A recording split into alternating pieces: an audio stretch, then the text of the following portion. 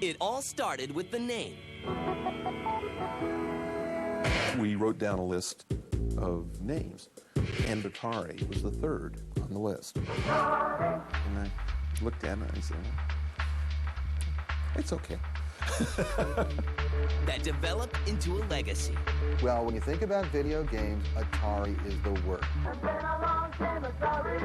Atari was the first and the boldest, the most broadly disseminated game name that was ever done. At times, they were unstoppable. And there's a Pong on the ferry boat. Oh my God, it's everywhere. Like, oh God, what have I done? And there were times filled with turmoil. E.T. was not a good idea. The game was programmed in 6 weeks, and as you probably know, most of them wound up in a landfill. And there was lots of partying. Coke sort of came into vogue right about that time, and so it went through Atari as well. This is the unbelievable true story of the rise and fall of the most famous video game company in the world. It's the story of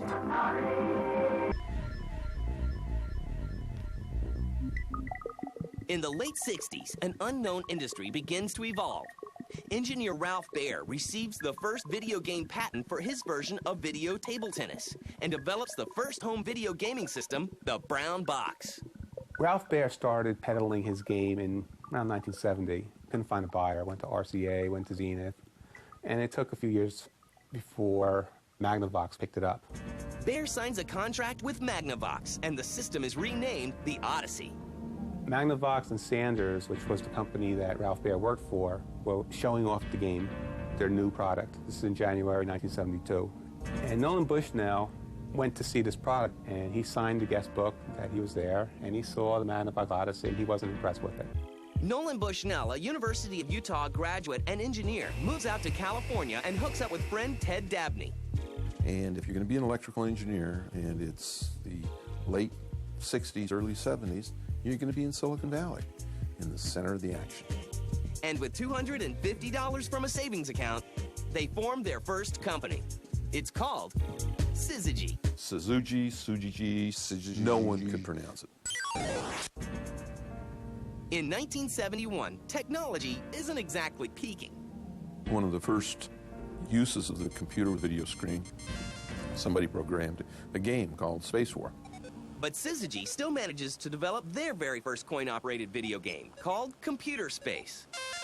Computer Space was the first game, and what I was trying to do was really bring Space War to a cost point. Computer Space is a commercial failure. And in 1972, Nolan Bushnell changes the name of his company.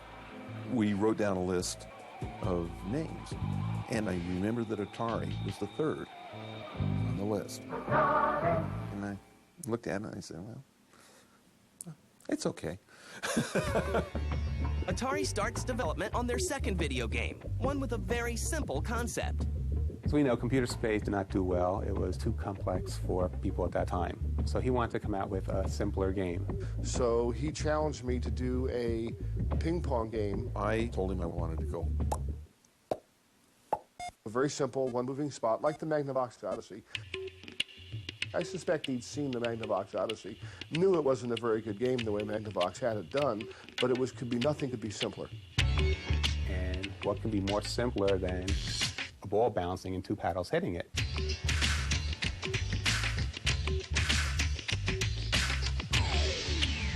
And the title is just like the game. We named Pong just because you couldn't own a ping pong game, and so we just truncated it and called it Pong.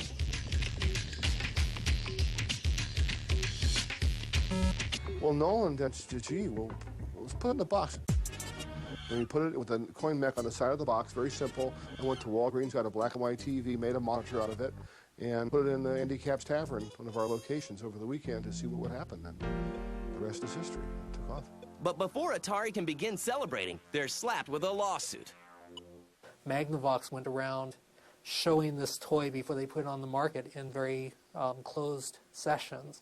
And Nolan Bushnell attended one of those closed sessions and beat everyone to market by a few months with Pong. So Magnavox sued Atari, and Nolan Bushnell.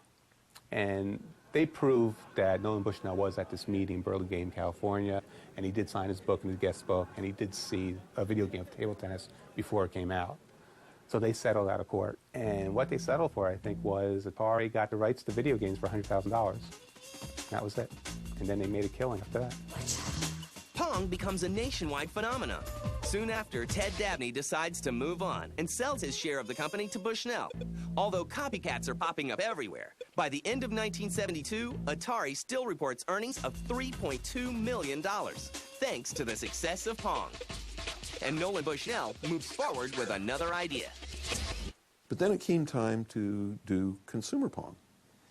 And everyone says, well, boy, what a great idea. So I figured, okay, I'll do consumer Pong. I'll show them. We'll see how far we get with this thing. We'll bankrupt the company. Because, how are we going to do? How could we launch a consumer product with nothing? We had no backing, no equity, he's crazy. I remember the day we got the consumer chip to work, and it felt like a dog chasing a car. You caught it. Now what do you do with it? Well, you try and sell it. So we called Chicago, Sears Tower, cold call, and got Tom Quinn, the buyer, the right guy, and he was there in 3 days, and thank God for Tom Quinn, and we were in the consumer business. Sears signs on as an exclusive distributor for home Pong, and it flies off the shelves.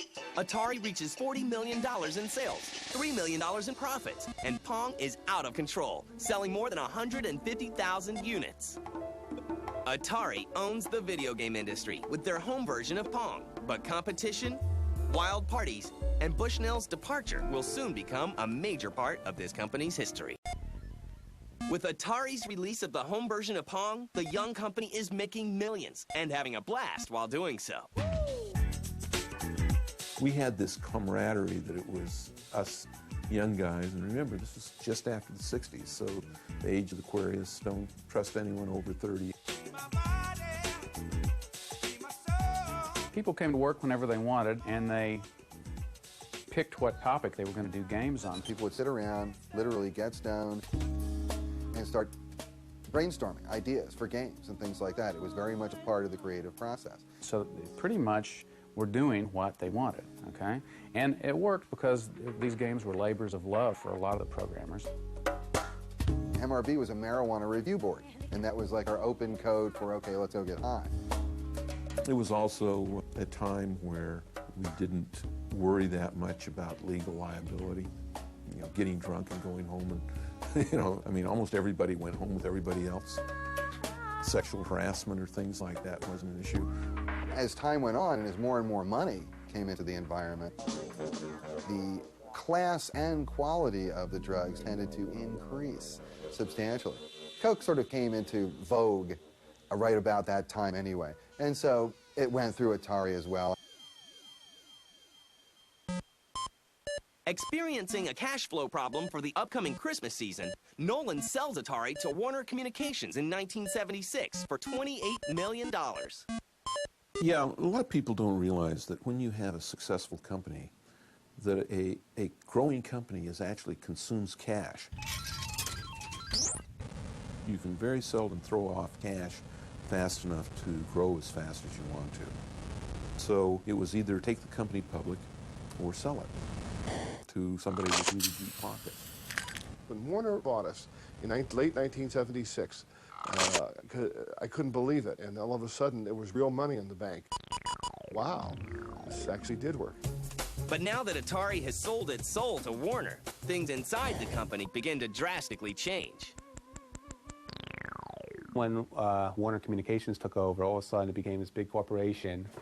This is the way you're going to work. You have to wear suits. You have to come at this time. You have to leave at this time. Atari, under Nolan Bushnell, its motto was innovative leisure. Under Warner, it was, we're the Atari VCS company. And that's a big difference. With a change in atmosphere, Atari goes on to develop Stella, a prototype console that accepts cartridges. It's Atari's response to Fairchild's programmable Channel F home video game system. So there were a lot of arcade games out there, particularly Atari arcade games. And what they wanted to do, one of their marketing strategies was, let's take these successful arcade games into the home and sell home versions. What Atari had that the other companies didn't have was this stock of arcade titles that they were able to use. In 1977, Atari releases the VCS, later to be renamed the 2600, with a retail price of $200 and a library of 9 games. So we introduced it, and you could just feel it in the air. The product was so revolutionary. Everybody knew it. It felt great. Atari enjoys strong sales in 1978 and a fantastic holiday season, and releases more games like Outlaw, Space War, and the fan favorite, Breakout. Breakout. There'll be a new wall come up. I break out that entire wall, a new wall comes up. And you can just keep playing into infinity. Internally, however, Atari is at odds.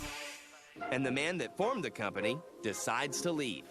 There were so many vulnerabilities that the company had, and it seemed like nobody at Warner was aware of them. And I felt that if they were bound and determined to go down these foolish roads, then I didn't want to do it.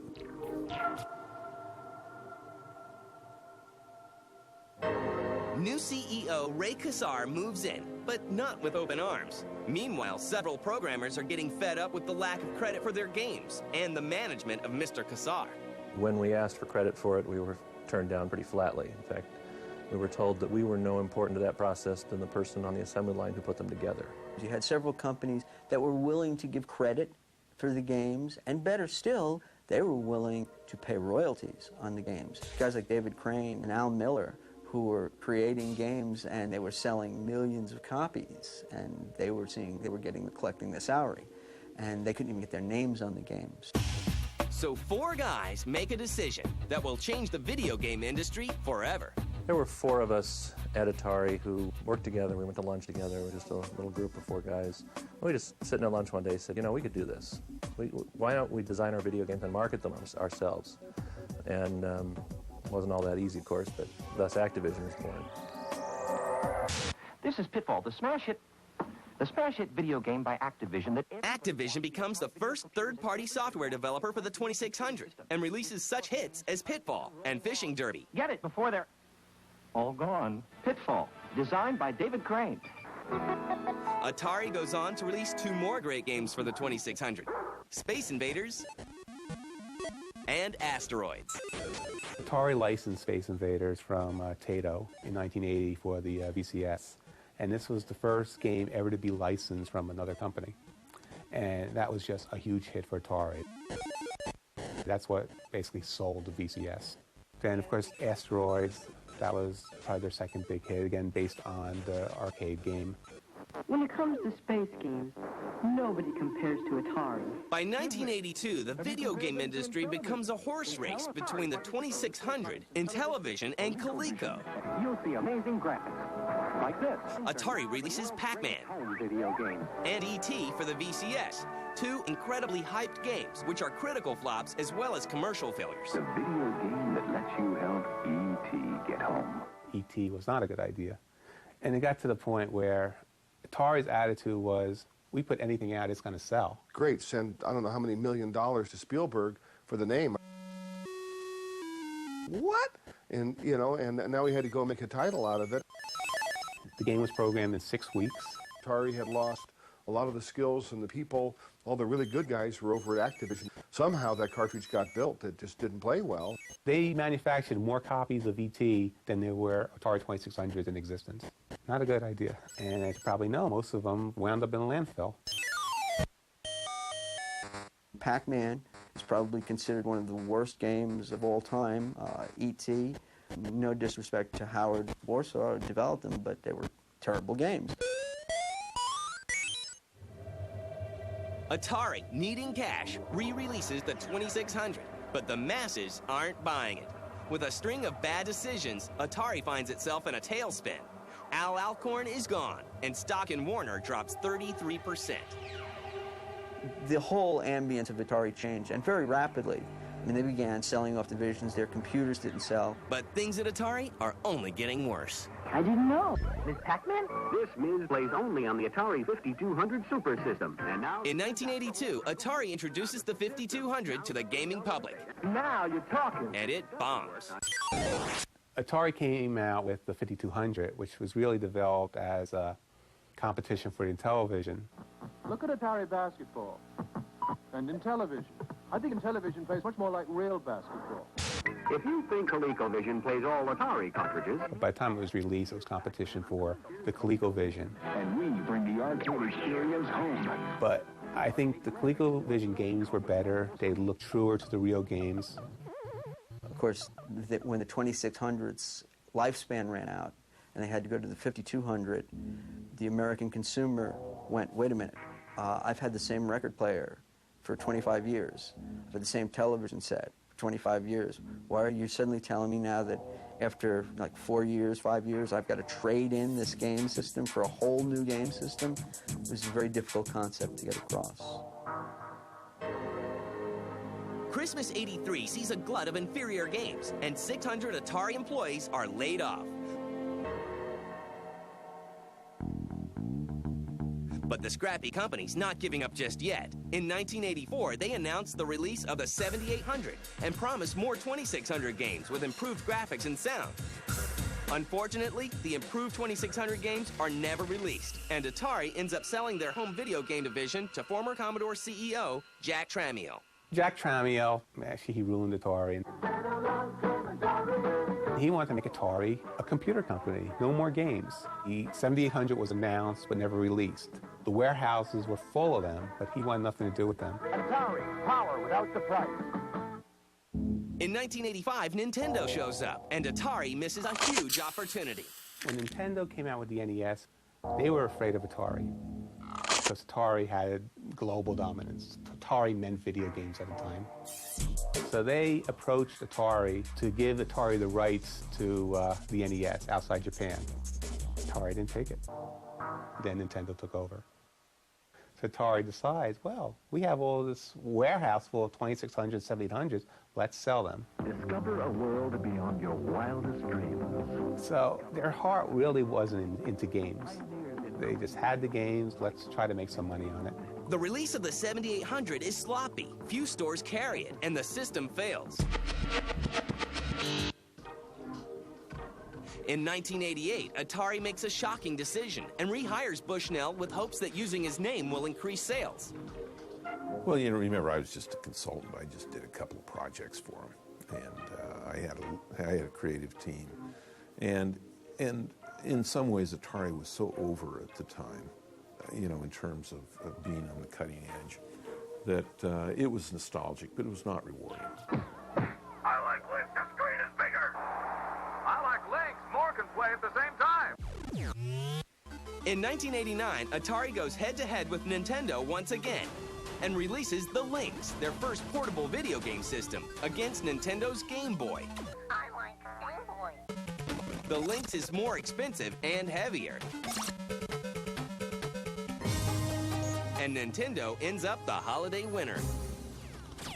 1991 marks the last year Atari will see a solid profit from operations. Nintendo reinvented the world. Nintendo showed that people still wanted entertainment, they still wanted fun, and they still wanted games. But Atari isn't giving up. They released the Jaguar, a system with a CD-ROM attachment, Pro Controller, and some marquee titles like Primal Rage and NBA Jam Tournament. But it's too little, too late. They announced they will merge with hardware manufacturer JTS and discontinue supporting the Jaguar. Atari Jaguar. Suddenly, nothing else seems fun anymore. Hasbro Interactive bought Atari for $5 million. It was the beginning of the retro craze. They started releasing all the old Atari games, but in updated versions of it. And unfortunately, they didn't do a good job. In 2001, French-owned Infogrames purchases Hasbro Interactive, obtaining the Atari name in the process. Atari means so much to people who grew up in that age. Atari is video games. You see the Atari logo, it means something. The younger people today who might buy an Atari game, it's just a name on a box. They have no idea what it means. Regardless of where Atari is today, people around the world will always remember it for what it was and what it began. Oh, I think it was wonderful. My experience with Atari were one of the greatest times of my life. because the people were fun, the challenges were fun. We did not take ourselves that seriously. We played games with other people, other industries. And no matter what terms these guys left on, they are all proud to have worked at Atari. Well, when you think about video games, Atari is the word. It's the name. Atari was the first and the boldest, the most broadly disseminated game name that was ever done. And you never know what the future will hold. Now, Infogrames taking the Atari name, and I think they're disassociating it from the entire catalog they have, and they're releasing brand new games with the Atari logo, which is nice that Atari is now a new company again, which is what it was in the beginning.